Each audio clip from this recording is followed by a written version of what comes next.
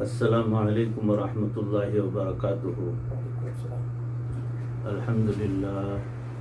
الحمد للہ وکفی وسلام علی عبادہ الذین اصطفی، اما بعد فقد قال اللہ تبارک وتعالی فی القرآن المجید والفرقان الحمید، فاعوذ باللہ من الشیطان الرجیم، بسم اللہ الرحمن الرحیم، ان الرجل لیحرم الرزق بذنب یصیبہ، صدق اللہ مولانا العظیم۔ اللہم صل علی سیدنا و مولانا محمد وبارک وسلم کما تحب وترضى عدد ما تحب وترضى۔ محترم و مکرم ناظرین، حاضرین، سامعین، عزیزوں، بھائیوں، بزرگوں اور دوستوں، معزز خواتین، ہماری ماں بہنوں، تصوف کے عنوان سے جو بیانات کا سلسلہ چل رہا ہے اس میں موضوع چل رہا ہے قوموں پر اللہ رب العزت کا عذاب کیسے نازل ہوتا ہے اور کس لیے نازل ہوتا ہے۔ اسی موضوع کی اگلی کڑی سماعت فرمائیں کہ بندہ اپنے گناہوں کے سبب اس رزق سے محروم ہو جاتا ہے جو اس کو عطا ہونے والا تھا، یعنی اس کی تقدیر میں تھا رزق کا عطا ہونا، مگر کچھ وجوہات کی بنا پر، گناہوں کی وجہ سے اللہ رب العزت اسے وہ رزق روک دیتے ہیں، عطا نہیں کرتے۔ بندے نے گناہ کیا، اللہ تعالیٰ نے رزق میں کمی کر دی، رزق میں تنگی کر دی، اور آج آپ دیکھیں لاکھوں کماتے ہیں مگر پھر بھی ہاتھ تنگ رہتا ہے۔ ہر دوسرے بندے سے پوچھ لیجئے، ہر تیسرے سے پوچھ لیجئے، وہی رونا روتا ہے کہ آج کی کمائی بہت تھوڑی ہو گئی، بڑی تنگی ہے، اخراجات نہیں پورے ہو رہے ہیں، کاروبار ٹھنڈا پڑ گیا ہے، وغیرہ وغیرہ۔ اور کچھ گھروں میں گھر کے پورے افراد جو ہے روزی کمانے والے ہوتے ہیں، باپ کی کمائی بھی چل رہی ہے، ماں بھی روزی کر رہی ہے، اس کی کمائی بھی چل رہی ہے، بیٹا اور بیٹی وہ دونوں بھی جو ہے روزی کر رہے ہیں، اچھی تعلیم ہے اور اس کی وجہ سے اچھی روزیاں مل رہی ہیں، اس کے باوجود گھر میں رونا وہی رہتا ہے کہ رقم جو ہے وہ ناکافی ہے، گھر کے اخراجات پورے نہیں ہو پا رہے ہیں۔ فیکٹریاں چلانے والے اور زیادہ تنگ رہتے ہیں، جتنے کروڑوں پتی نظر آتے ہیں اتنے کروڑوں ہی قرضے میں مبتلا رہتے ہیں، دبے ہوئے رہتے ہیں۔ معیشت تنگ تو حکم خدا کی نافرمانی کی وجہ سے اللہ تعالی معیشت کو تنگ کر دیتے ہیں۔ بندے کو جو نعمتیں دی ہوئی ہوتی ہیں اللہ تعالیٰ ان نعمتوں کو واپس لے لیتے ہیں۔ اللہ رحم فرمائے۔ کہتے ہیں کہ ایک تاجر تھا جسے اللہ نے بہت زیادہ مال سے نوازا تھا، اس نے اپنے من پسند کی ایک خوبصورت لڑکی سے شادی کر لی، بڑا اچھا محل بنوایا، بیٹھا اپنی بیوی کے ہمراہ کھانا کھا رہا تھا، دروازے کے اوپر دستک ہوئی تو کسی سائل نے آواز دی، اجرکم علی اللہ، اجرکم علی اللہ، اجرکم علی اللہ۔ بیوی کی عادت تھی وہ اپنے گھر سے وہ دروازے کے پاس جاتی اور سائل کو کچھ نہ کچھ دیتی، سائل کو خالی نہیں جانے دیتی تھی، اس کی عادت تھی۔ اس نے خاوند سے اجازت مانگی، اگر آپ اجازت دیں تو میں اس سائل کو ایک روٹی جو ہے دے دیتی ہوں۔ تو شوہر نے کہا دے دو۔ اس نے جا کر اس کو ایک روٹی دے دی، تو جانے آنے میں جو منٹ آدھا منٹ لگا تو خاوند کا موڈ آف ہو گیا. واپس آ کر کھانا کھانے لگی تو وہ بولنے لگا یہ بدمعاش لوگ ہوتے ہیں، بہانے بنا لیتے ہیں مانگنے کے، کماتے کیوں نہیں، کمائی نہیں کرتے. آسان طریقہ یہی ہے کہ بھیک مانگو اور کھاتے رہو. مختلف قسم کے گھروں میں مختلف قسم کی غذائیں ملتی ہیں.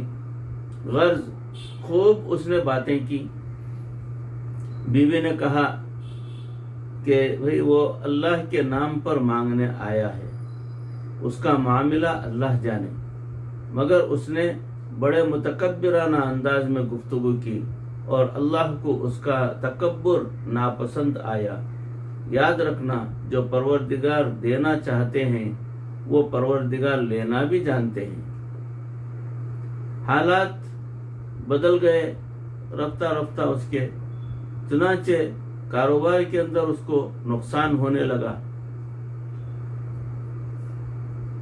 نقصان ہوتے گئے، دن بدن نقصان ہوتے گئے، حتیٰ کہ اس کو اپنا کاروبار ختم کرنا پڑ گیا شوہر کو. ایک وقت ایسا آیا کہ وہ اپنا مکان بیچنا اس کو پڑا، اور ایسا بھی وقت آیا اس نے اپنی بیوی کو بھی طلاق دے کر فارغ کر دیا. وہ اللہ کی نیک بندی اپنے ماں باپ کے گھر چلی گئی کہ اللہ میرے ساتھ خیر کا معاملہ فرمائے. کچھ عرصے کے بعد ایک اور تاجر تھا، اس نے اس کی طرف نکاح کا پیغام بھیجوایا. چونکہ اس کو اللہ نے حسن و جمال بھی دیا تھا اور فضل و کمال میں نیک تھی، اسے نیکی بھی عطا فرمائی تھی. ماں باپ نے نکاح کا پیغام قبول کر لیا، اس کی شادی ہو گئی. اللہ تعالیٰ کی شان دیکھیے کہ کچھ عرصے کے بعد یہ اپنے خاوند کے ساتھ بیٹھی کھانا کھا رہی تھی، دروازے پر دستک ہوئی، کسی نے اللہ کے نام پر مانگا. اجرکم علی اللہ، اجرکم علی اللہ، اجرکم علی اللہ. اس نے خاوند سے اجازت چاہی کہ عادت کے مطابق کہ اگر اجازت ہو تو میں سائل کو ایک روٹی دے دوں. تو شوہر نے کہا کہ ٹھیک ہے دے دو. یہ روٹی لے کر دروازے پر گئی. جب جا کر دروازہ کھولا تو اس نے کیا دیکھا کہ اس کا جو پہلے والا شوہر تھا، اتنا بڑا تاجر، آج اس کے دروازے پر بھکاری بن کے کھڑا ہوا ہے، اللہ کے نام پر مانگ رہا ہے. اس نے چیخ ماری، خاوند بھاگا، میری بیوی کو کیا ہوا؟ دیکھا تو رنگ پیلا، بڑی پریشان بیٹھی ہوئی تھی. پوچھا کہ کیا بنا؟ اس نے کہا میرے دروازے پر میرا پہلا خاوند بھکاری بن کر آ کر کھڑا ہوا ہے، بھیک مانگ رہا ہے. اس نے بھی اسے دیکھا، پہچانا اور کہنے لگا کیا تم نے مجھے پہچانا؟ میں وہی سائل ہوں جو ایک مرتبہ تمہارے دروازے پر سائل بن کر گیا. اللہ نے سائل کو گھر اور بیوی کا مالک بنا دیا اور گھر کے مالک کو دروازے پر سائل بنا کر کھڑا کر دیا. استغفر اللہ. اللہ ہم سب کی حفاظت فرمائے ایسی تنزلی سے اور ایسی فقیری تنگی تنگ دستی سے. تو کتنی نعمتیں ہوتی ہیں، گناہوں کے سبب انسان ان سے محروم کر دیا جاتا ہے. ہم دوسروں پر الزام لگاتے ہیں، کسی نے جادو کر دیا ہے یا فلاں نے کچھ کر دیا ہے. رزق اللہ کے اختیار میں ہوتا ہے. کسی کو چھوٹا خدا نہ بنائیں کہ جناب فلاں کاروبار باندھ دیا گیا. ہمارا اللہ تعالیٰ دینا چاہیں تو ساری مخلوق مل کر اس کو روک نہیں سکتی، اور اگر اللہ نے دینا چاہے تو ساری مخلوق مل کر بھی دے نہیں سکتی. ہمیں کسی نے پریشان نہیں کیا ہوا ہے، ہمیں ہمارے اعمال نے پریشان کیا ہوا ہے. چنانچہ امام احمد بن حنبل رحمۃ اللہ علیہ نے روایت فرمائی کہ جب قبر میں فتح ہوا تو ایک صحابی نے ابو درداء رضی اللہ تعالیٰ عنہ کو روتے ہوئے دیکھا. پوچھا کہ حضرت رو کیوں رہے ہیں؟ فرمایا کہ عبرت کا مقام ہے اللہ نے بنی اسرائیل کو کیا نعمتیں دی تھیں، آج اللہ نے ان سے یہ بیت المقدس والی نعمت، اس کی کنجیاں لے کر مسلمانوں کے حوالے کر دیں۔ عبرت کا مقام نہیں تو اور کیا ہے؟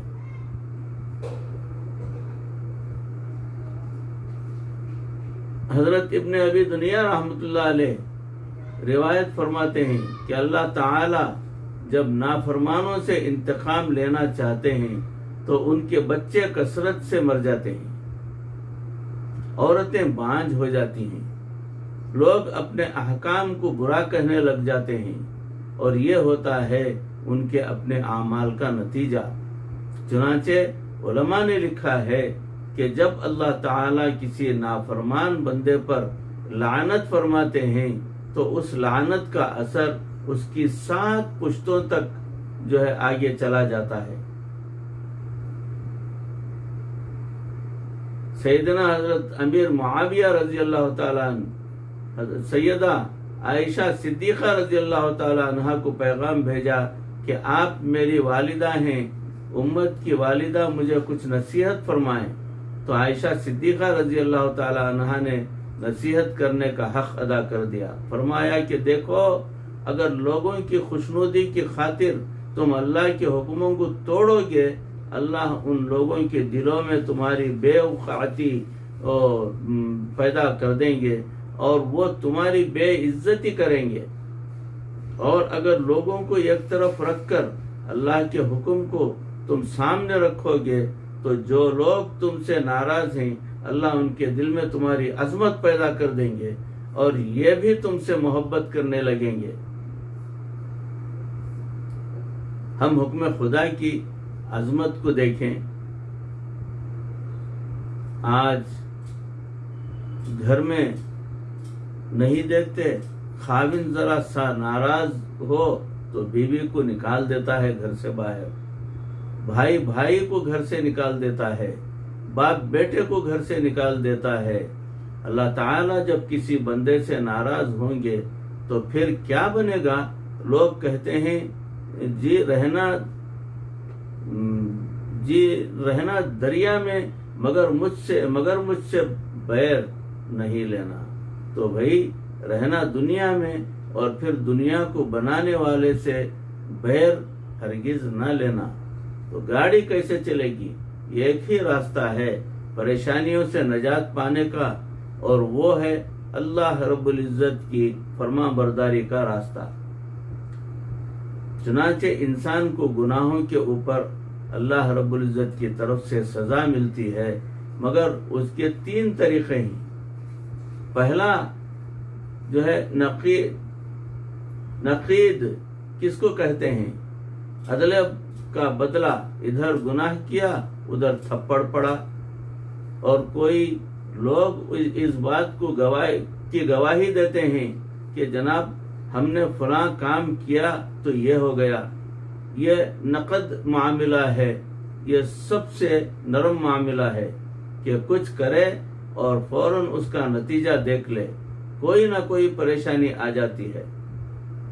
اور دوسرا طریقہ کیا ہے؟ دوسرا طریقہ یہ ہے کہ سزا ذرا تاخیر سے ملتی ہے۔ تاخیر کا مطلب ہے کہ اللہ تعالیٰ نقد سزا نہیں دیتے، مہلت دے دیتے ہیں، رسی ڈھیلی کر دیتے ہیں، اور یہ رسی کا ڈھیلا کرنا پہلے سے بڑی سزا ہوتی ہے۔ اسی لیے علماء نے لکھا ہے کہ انسان جب گناہوں پہ گناہ کر لے اور پھر اللہ کی نعمتوں کی بارش دیکھتے تو یہ خطرے کی گھنٹی ہے، اب عنقریب اس کی رسی کو کھینچا جائے گا۔ نتیجہ کیا ہوتا ہے کہ اللہ تعالی تاخیر کر کے بڑھاپے میں بیوی کو نافرمان بنا دیتے ہیں۔ خاوند کی سنتی نہیں، اولاد ماں کا ساتھ نہیں دیتی، بچے ماں کا ساتھ دیتے ہیں، سب ایک ہو جاتے ہیں، اور خاوند کی کوئی نہیں سنتا۔ اتنا اس شخص کا بڑھاپا خراب ہوتا ہے کہ عبرت ناک ہو جاتا ہے۔ حضرت جنید بغدادی رحمۃ اللہ علیہ جا رہے تھے تو پیچھے شاگرد نکل رہا تھا، اس نے کسی غیر کی طرف نظر اٹھائی تو جنید بغدادی رحمۃ اللہ علیہ نے اسے روکا، تو بجائے اس کے کہ وہ اپنا جرم تسلیم کرتا، اس نے آگے سے لاجک دینی شروع کر دی کہ نہیں، میرا مقصد یہ نہیں تھا، میری نیت یہ نہیں تھی، میں کہیں اور دیکھ رہا تھا، وغیرہ وغیرہ۔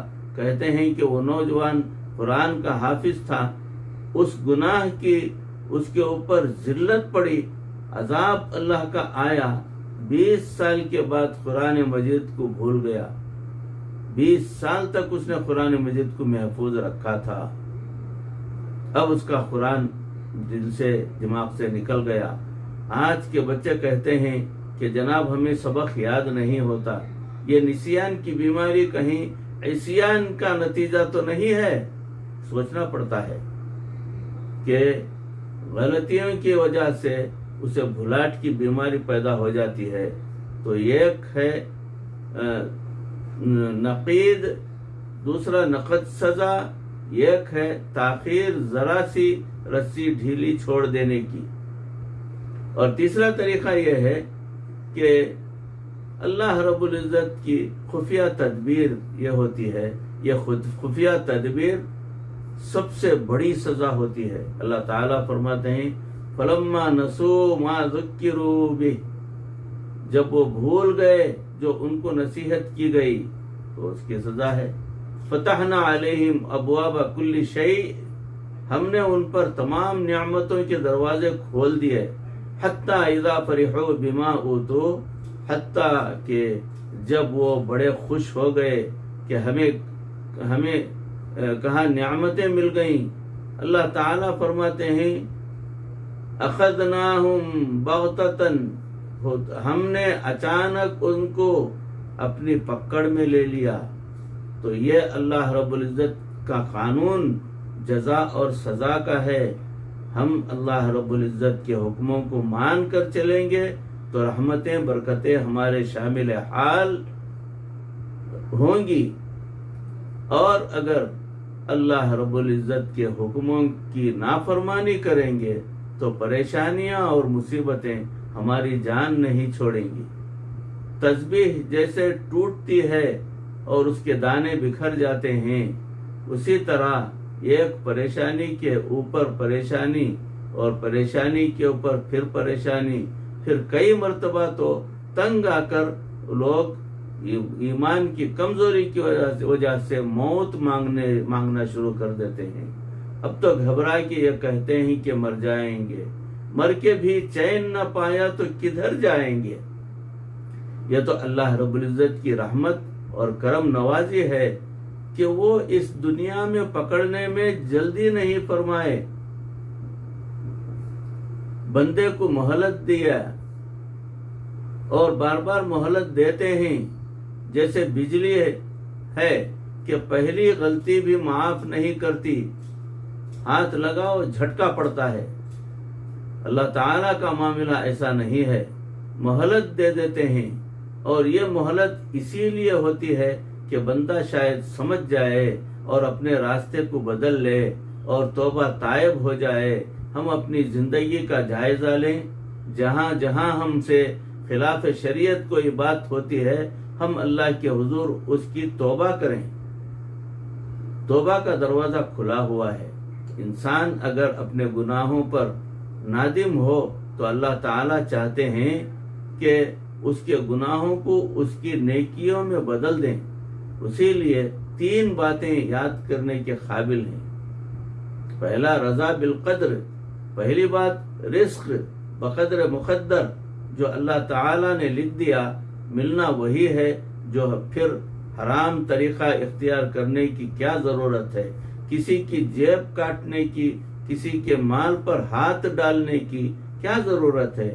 جو اللہ نے مقدر میں لکھ دیا وہ ملنا ضروری ہے اور مل کر ہی رہے گا۔ تو اس کا یقین کرتے ہوئے انسان اچھائی کی زندگی گزارے، اپنی طرف سے محنت کرے، اور جو مقدر ہوگا وہ مل کے رہے گا، اس پر اللہ سے خوش ہو جائے۔ اللہ نے جو نصیب میں لکھا اس میں برکت ہوتی ہے. جو رزق ملے گا برکتوں والا رزق ملے گا. کبھی ڈاکٹروں کے پاس جانے کی ضرورت ہی پیش نہیں رہے گی. کبھی گھر میں کوئی ایسی پریشانی ہی نہیں آئے گی جو اس پرسکون زندگی کو بگاڑے. یاد رکھنا کہ مال جب آتا ہے تو اپنے ساتھ وبال بھی لے کر آتا ہے. اسی لیے ہمیشہ مال کا آنا اچھا نہیں ہوتا. ایسا مال جس میں وبال نہ ہو اللہ سے وہ مانگیں اور وہ حلال ہوتا ہے. حرام آتا ہے تو وہ وبال لے کے آتا ہے. رزق بقدر مقدر جس کا جو اللہ نے نصیب میں لکھ دیا وہ اس کو ضرور مل کر ہی رہے گا.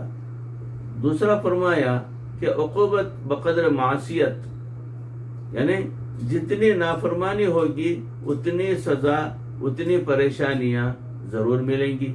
چنانچہ بے نماز آدمی کی زندگی کو آپ دیکھیں، آپ کو اکثر پریشان نظر آئے گا. بظاہر اس کے پاس مال و دولت ہو مگر کبھی دل سے پوچھ کر دیکھو اس کا دل ہمیشہ غمزدہ رہے گا. کبھی کاروبار کی طرف سے، کبھی گھر بار کی طرف سے، کبھی صحت کی طرف سے کوئی نہ کوئی سبب ہوگا اس کی پریشانی کا. راتوں کو نیند نہیں آتی، نیند کی گولیاں کھا کھا کر سوتے ہیں. تو عقوبت بقدر معصیت اسی کو کہا جاتا ہے. بھائیوں، عزیزوں، دوستوں، موضوع چل رہا ہے.